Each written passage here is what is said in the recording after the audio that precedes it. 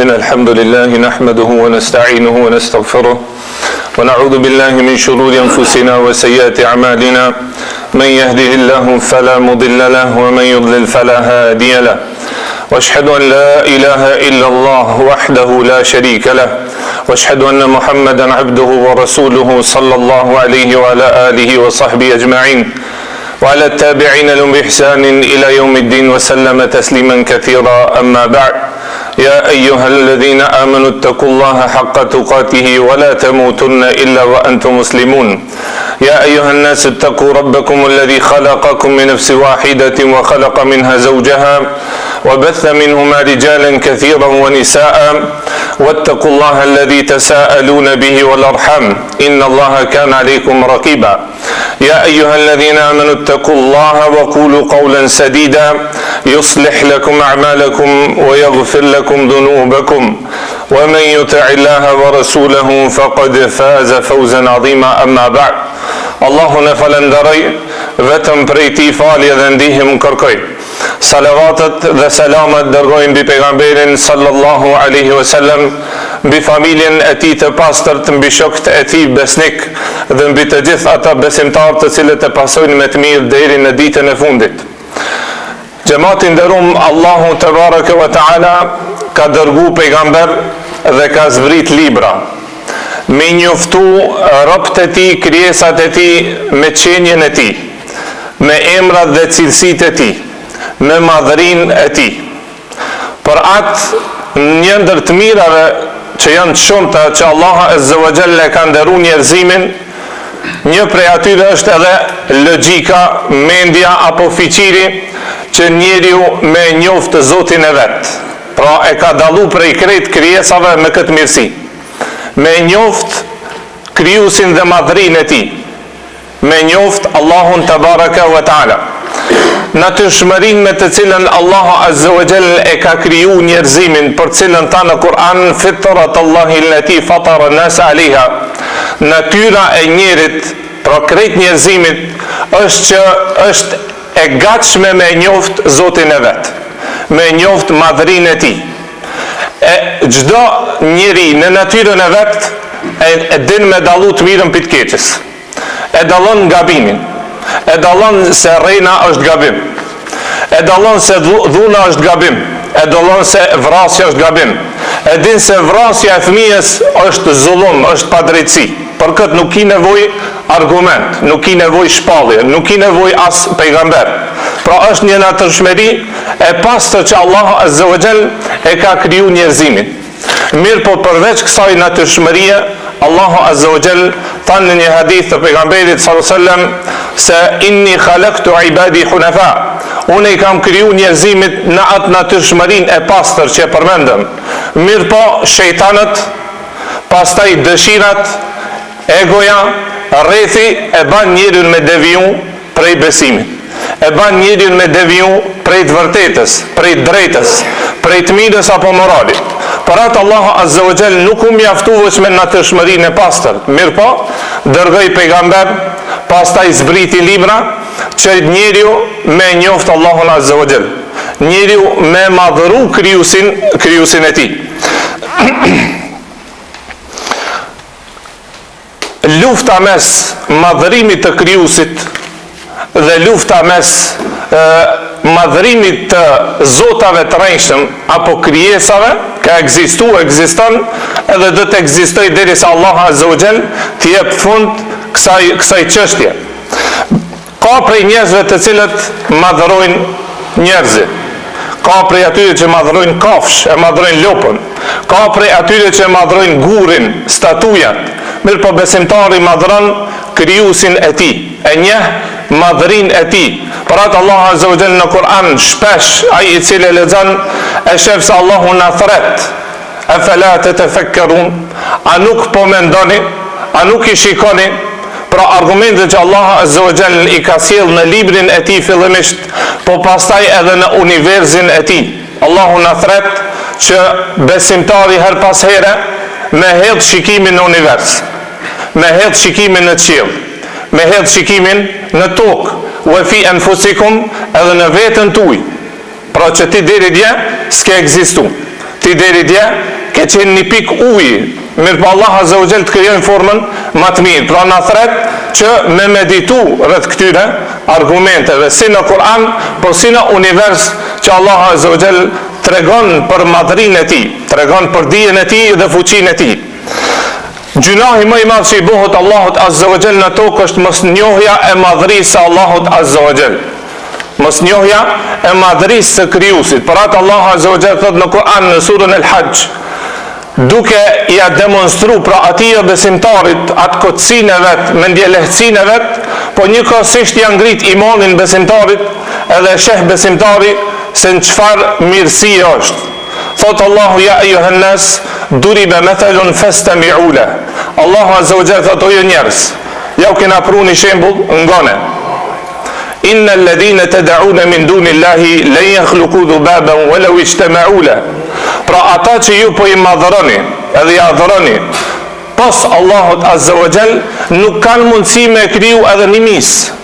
Nuk po folmi për krijesa më të mëdha. Jo një njeri me shpirt, jo një qiell, jo një tokë, jo një hal ose diell. Po atë më të voglën Allah Azza wa Jalla përmend se ato që ju po i adhuroni, ja bëni ortak Allahut, nuk kanë mundësi edhe një mis vetëm me kriju. Vazhdon ajeti edhe thot, po e keni pa thot atë mizën, nëse ja u merr diçka prej ushqimit apo pijes juve, ato s'kan mundësi as ata me kthy. Da'uf at-talibu wal matlub, është i dopt ai i cili në këtë rast i ban ibadet tjetër kujt pos Allahut, po është i dopt edhe atij që i bëhet ibadet. Pra që mirët për Zot pos Allahut Azza wa Jall. Kur vjen kjo, vazhdon ajeti tjetër thot, ma qadarullah haqqa qadri. Atëherë kur nuk e njeh Zotin tan, nuk e njeh madhrinë e tij, nuk i njeh emrat e tij dhe cilësitë e tij, atëherë shkon adhuron tjetër kan. E madhron tjetër kan. Ndërsa besimtari dashurinë më të madhe ka te Allahu. Mbështetjen më të madhe e ka te Allahu, se e njeh. Shpresën më të madhe e ka te ai. Nëse e don dikan, e don më pak se Allahun. Nëse e shpreson dikan, shpreson më pak se Allahun. Nëse mbështetet te dikush, mbështetet më pak se te Allahu te baraka wa taala. Për atë një person ku shkoi te pejgamberi sallallahu alaihi wasallam, përderisa ishte në minber, pra duke folur me sahabët, erdhi një person duke u anku.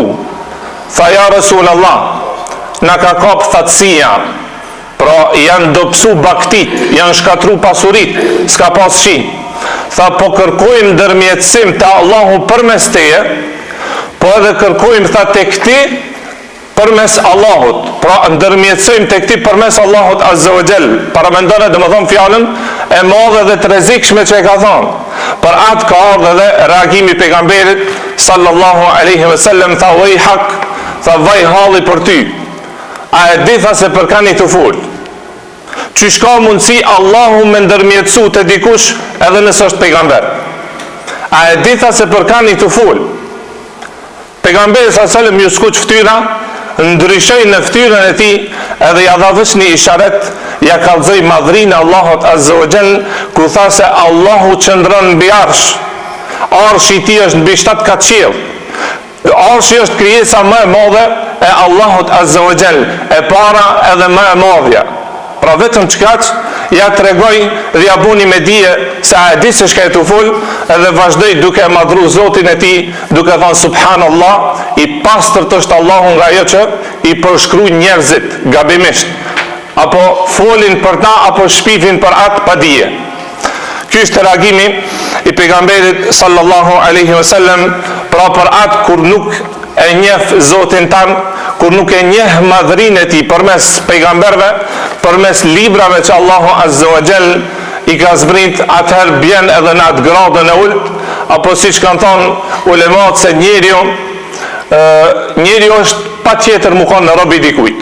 Pra Allah Azza wa Jall të ka kriju ty me qenë në rob.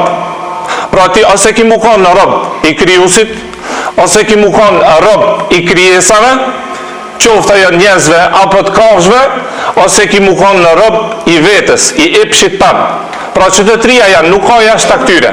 Se dikush mendon se kur e mohon Zotin e vet, e zgjedh ateizmin, mosbesimin, mendon se hik pi robrisë. ai nuk hik për robis, ai bëhet rob I vetës, I jep shejtan. Për atë Allahu Azza wa Jall e ka përmend këtë kategori në Kur'an, ku thot ai ke pa thot atë I cili e ka marrë për Zot e ipshin e vet. Këta dha as nuk mendojnë, as nuk logjikojnë. Këta bin në atë nivelin, në nivelin e kafshëve edhe më ult se niveli I tyre.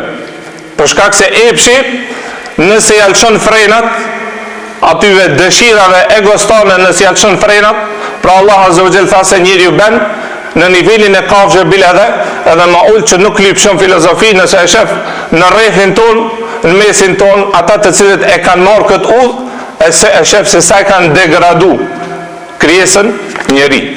Aqulu qawli hadha wastaghfirullaha li wa lakum wa li sa'iril muslimin min kulli dhanbin fastaghfiruhu innahu huwal ghafurur rahim.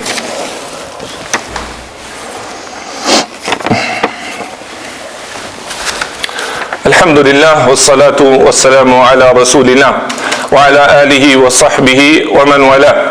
Pra si që përmendëm se Allahu Azza wa Jall pra shpesh në Kur'an na thret, na kujton, po na obligon që na me meditu rreth argumenteve që Allahu Azza wa Jall ka zbrit në shpalljen e tij, po edhe jashtë shpalljes së tij në këtë univers. Pra Allahu Azza wa Jall thot në surën El-Ghashiyah: Afala yanzuruna ila al-ibli kayfa khuliqat, a nuk e shohin ato devën atë që kena kriju?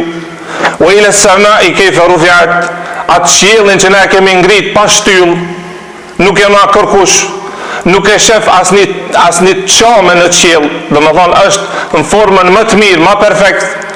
Wa ila al-jibali kayfa nusibat, edhe këto kodra të mëdha që e mojnë stabilitetin e tokës. Wa ila al-ardi kayfa sutihat, edhe kjo tokë që e kanë bot për shtatshme, e kena shtri që njerëzit me jetu rahat, komod, pra na thret që me mendu, me meditu. Për atë besimtarja ka obligim, pra her pas here me meditu, me I shiku këtë argumente që Allah Azza wa Jall I ka zbrit apo I ka kriju për njerëzimin. Varsisht prej asaj se sa e madhron krijuesi në zemër, kjo përkthehet edhe del në vepër. Pra nëse madhrimi I krijuesit në zemër është e madhe, atëherë pastaj edhe vepra do të jetë e madhe, edhe besimi është I madh, edhe përkushtimi është më I madh. Mirë, nëse në zemër madhrimi është I dopt, atëherë edhe përkushtimi, vepra ibadeti është I dopt. Janë dopta. Nëse e marrmi një shembull, pra nëse sot do me shku një punë me bu, edhe e merë rrugën standarde, mesatare që është në një vend, nëse është rruga mesatare, përkushtimi është normal, mundi është normal për atë punën. Pse? Qa që ka vlerën. Mirë, për nëse ajo rruga është 2 fish, është 3 fishi, atëherë edhe përkushtimi është më I madh, përkushtimi është më I kujdesshëm, sakrifica është më e madhe. Në këtë rast edhe ai I cili e njeh krijuesin, e njeh madhrinë e tij, me emrat e tij, me cilësitë e tij, atëherë edhe vepra, ibadeti, madhrimi I farzit, obligimit është më I madh. Atëherë madhrohet edhe ndalesa apo harami. Për atë Allah Azza wa Jall tha: "Wa man yu'azzim sha'air Allah fa innaha min taqwa al-qulub." Ai I cili madhron obligimin farzin, ai I cili madhron haramin, ndalesën, ajo rrjedh prej një zemre të devotshme, me besim të madh, që e madhron Allahun Tebaraka wa Taala. Për atë si besimtar dalmi pak prej asaj botës së ngushtë, dalmi pak prej asaj botës së errët, dalmi pak prej internetit, dalmi pak prej Netflixit, TikTokit, rrjeteve sociale apo punëve të kota, ta bëjmë një farë rutine, ta vojmë një farë përditshmërie që besimtari e mediton edhe kujton për Allahun Azza wa Jall, për krijimin e tij dhe madhrimin e tij, se shpesh njeriu kur e ka diçka vazhdimisht e haron atë mirësi, e haron se ajo diçka e madhe. Pra Allah Azza wa Jall e përmend krijimin e qiellve dhe tokës vazhdimisht në Kur'an, e përmend ndrimin e ditës edhe natës. Edhe për këtë argument, në këtë argument Allah thot ka argumente për atë që mendon, për atë që mediton. Dil prej asaj pak botës së ngushtë, dil në botën e gjanë, kujtoje madhrimin e Allahut Azza wa Jall, kujtoje krijesat e tij dhe madhrinë e tij në krijesat e tij. Lusë Allahun Azza wa Jall që të na bën prej atyre të cilat e madhrojnë fillimisht me zemrat e tyre, po pastaj ky madhrim reflekton edhe del në veprat e tyre edhe në përkushtimin e tyre ndaj Allahut te baraka wa taala. Wa akhiru da'wana anil hamdulillahi rabbil alamin.